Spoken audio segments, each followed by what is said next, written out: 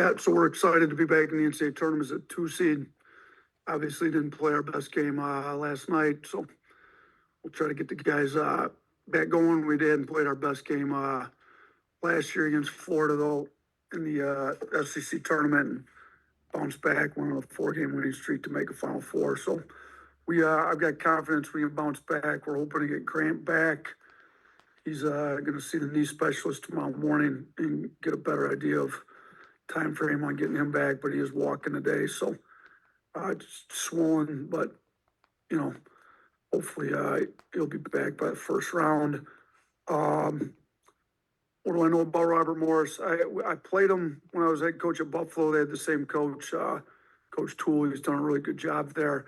They've moved from the NEC to the Horizon. The Horizon's kind of back in that area, Detroit, Midwest area where I'm from, and they're on a 10-game winning streak. They've got the player of the year in that conference. They got the defensive player of the year, and they're good. So I think our guys, we will make them understand how good of a team Robert Morris is by the time we play them. There's been 15 over 2s throughout the course of the tournament. There's been 16 over 1s a couple of times now, so you can't afford to overlook anybody. I just explained to these guys after the selection show, it revealed the bracket, that we're on a 4-team tournament right now. That's all we care about. And really all I need those guys focused on is Robert Morris to start, and then we will, as a staff, get ready for Vanderbilt and St. Mary's. But, and they sent us to Cleveland, which is fine. It's a short flight. Got a lot of people in Cleveland from my MAC days. Personally, I've had a little bit of success in that arena in the postseason in the MAC tournaments, but Cleveland's a good city.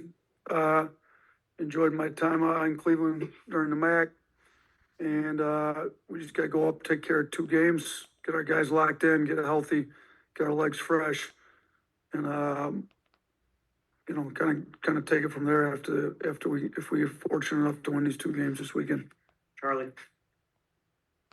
Yeah, Coach, I know Nick asked about the guard play last night after the game, but with Mark specifically, I think he's 4 of his last 26 from 3 in the last 4 games. Just how do you get him out of this kind of recent shooting slump heading into the tournament? Yeah, we'll be back here in our home gym. I'm sure he'll get shots up. He's a guy that needs to be in the gym, getting his confidence up. So that'll be a big factor, just being able to get in the gym. But the second thing, and we got to get through to him and stress to him, was when you're as skilled as he is, and he's one of the most skilled kids I've ever coached. I mean, he's in the gym all the time. He's a gym rat. It's not like he's lost his shot. When you're as skilled as he is and you just lose yourself in the game, playing the right way on the defensive end, giving really good effort on the defensive end, playing the right way on the offensive end, the shooting will take care of itself. And to me, it's also an opportunity for Mark to prove he impacts the game on more than just shooting. How much can you impact the game? Can we win when you're not shooting it particularly well? And if you look at these last 4 games when he hasn't maybe shot the ball particularly well, we do have 2 pretty good wins. We beat Auburn at their place, which is not easy, and he hit the game winner. And we beat Kentucky by the biggest margin they've ever lost in the SEC tournament. So he's got to understand that, he's a scorer and he's elite at it, one of the best that's ever done it here at Alabama. But he's more than just a scorer. I thought he made. I just went back and watched the game on our bus ride here from Nashville. I thought he made a lot of really good reads, and we just missed some shots. Like, he didn't, end up with a high assist game last game, but we missed open shots. Some of his teammates, he was making good reads. Well, he's a great defender when he wants to be. He can make the right reads.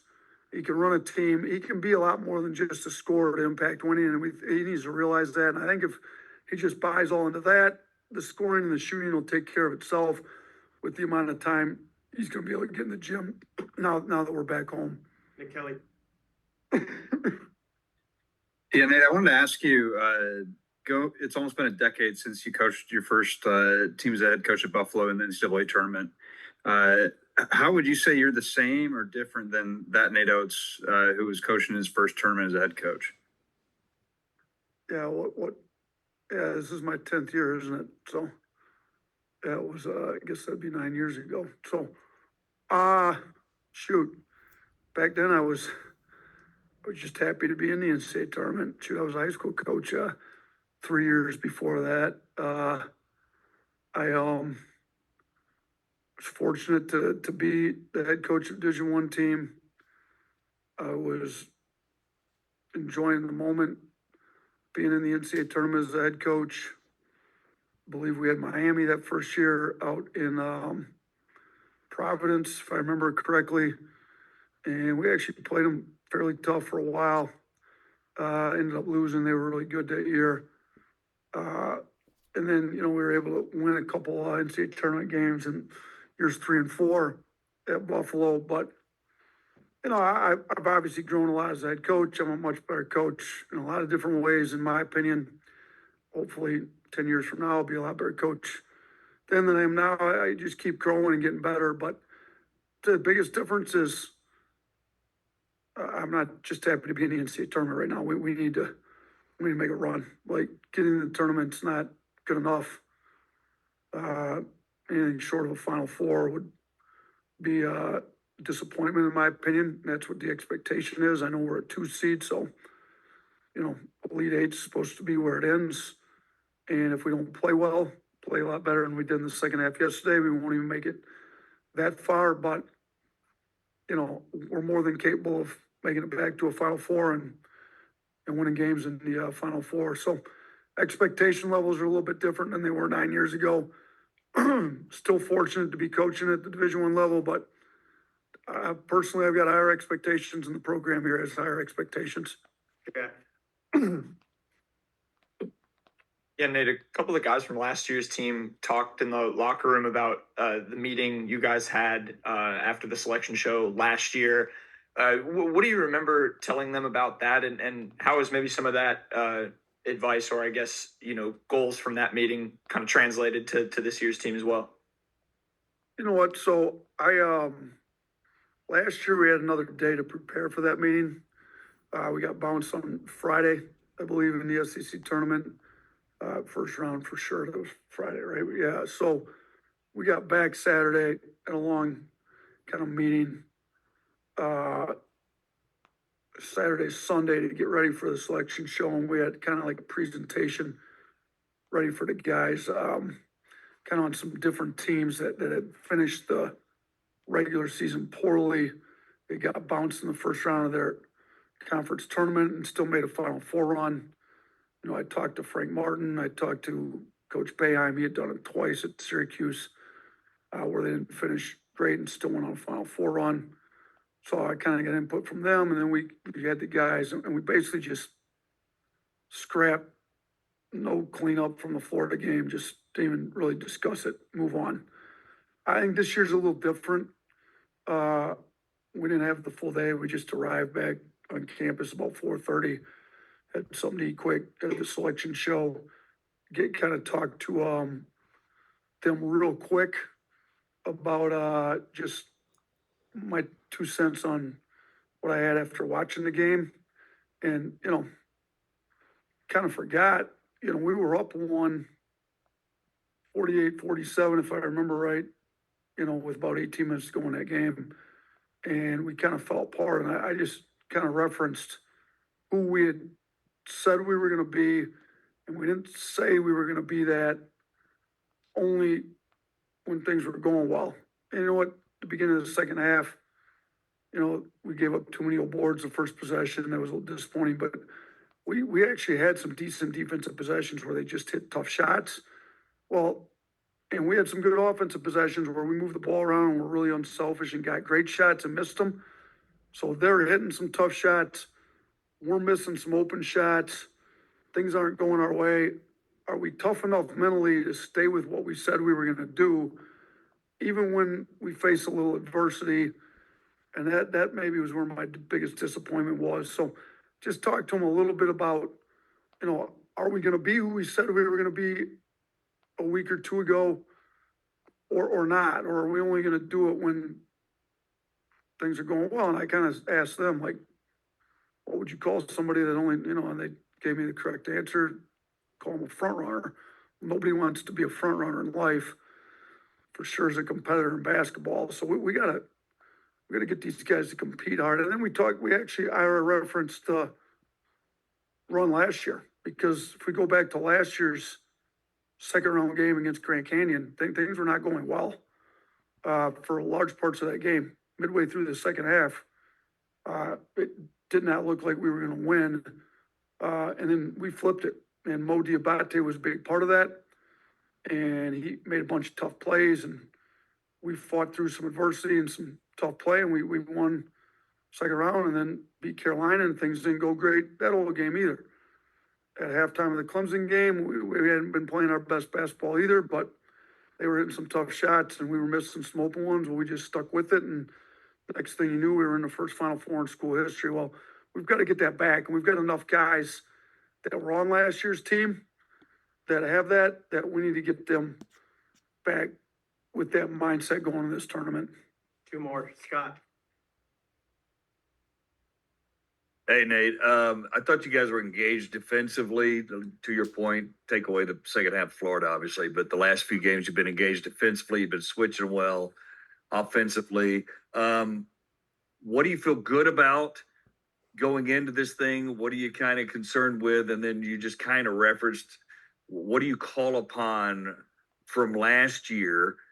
And I'm kind of curious, because you can sit there and, as you know, tell them all this stuff all the time, but it would be great to come from Nelson, Sears, and those guys too, right? Internally, what happened last year in the tournament that you could carry over and try to make a run this time? You know what I'm saying? Yeah, I do.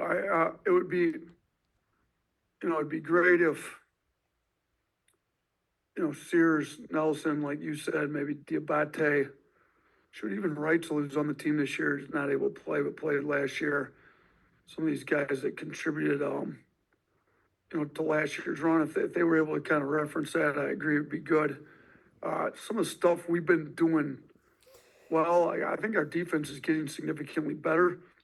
We just have to keep doing it, even if some guys hit tough shots. I mean, the one possession I've got in my head right now is when Sears did a really good job on Hoff in the post, and then he ended up getting switched on to one of their more perimeter players and did a great job in the post on him. Yeah, he played a great defensive possession. The kid, it's a tough turnaround, on the baseline from 10, 12 feet. Like, who cares? You played great. They hit a tough shot. We move on. Like, just keep playing great defense, and I thought Sears was making a lot of really good reads.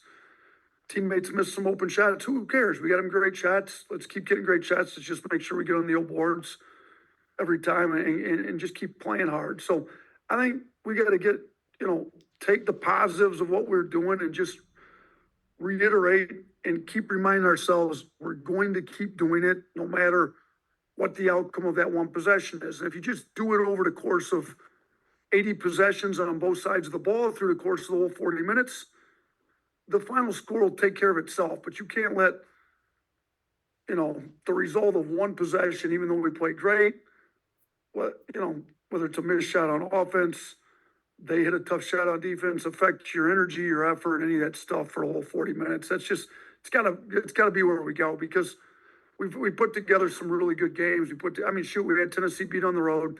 We beat Auburn on the road. Florida, we were up in the second half both times we played them.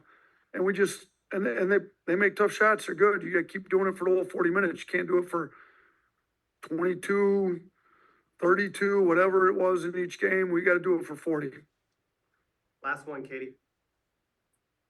You kind of referenced it in the last two, but last night you said that it's going to have to be a player-led thing about how much effort they want to give in these games.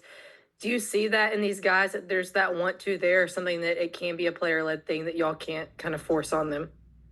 I think they're more than capable of it.